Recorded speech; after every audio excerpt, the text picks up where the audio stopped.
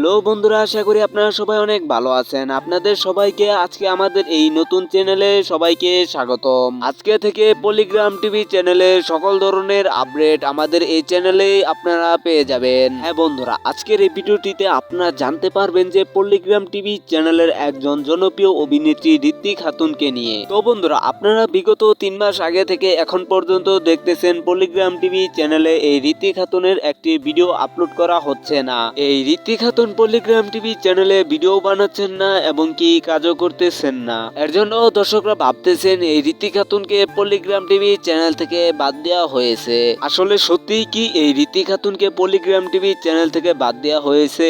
এই Hrithik Khatun Polygram TV চ্যানেলে অনেক সুন্দরভাবে অভিনয় করত, কেনই বা এই ঋত্বিক খাতুনকে পলিগ্রাম টিভি চ্যানেল থেকে বাদ দেওয়া হলো? সবকিছুই ডিটেলসে আজকের এই ভিডিওটিতে আপনারা জানতে পারবেন। তার আগে আপনাদের কাছে একটা রিকোয়েস্টই থাকবে, আমাদের এই নতুন চ্যানেলটিকে সাবস্ক্রাইব করে ভিডিওটি সম্পূর্ণ দেখবেন। চলুন তাহলে বেশি দেরি না করে এখনই ভিডিওটি শুরু করা যাক। সবশেষে আপনারা যদি খেয়াল করে দেখেন তাহলে এই ঋত্বিক খাতুনের একটি ভিডিও প্রায় 2 মাস আগে আপলোড করা হয়েছিল, এ কেমন মা লোকাল হিরো নাটকে। তারপর থেকে এই ঋত্বিক খাতুনকে পলিগ্রাম টিভি চ্যানেলে আরেকটি ভিডিওটিতেও দেখা যায়নি। আমরা খোঁজ করে জানতে পেরেছি যে এই ঋত্বিক খাতুনকে পলিগ্রাম টিভি চ্যানেল থেকে বাদ দেওয়া হয়নি। এই ঋত্বিক খাতুনের বাবা অসুস্থ কারণে ঋত্বিক খাতুন পলিগ্রাম টিভি চ্যানেলে কাজ করার জন্য আসতে পারতেছে না, এবং কি এটাও জানতে পেরেছি যে ঋত্বিক খাতুনের সামনে এসএসসি পরীক্ষা, এজন্য পড়ার চাপের কারণে পলিগ্রাম টিভি চ্যানেলে ভিডিও বানাতে পারতেছেন না।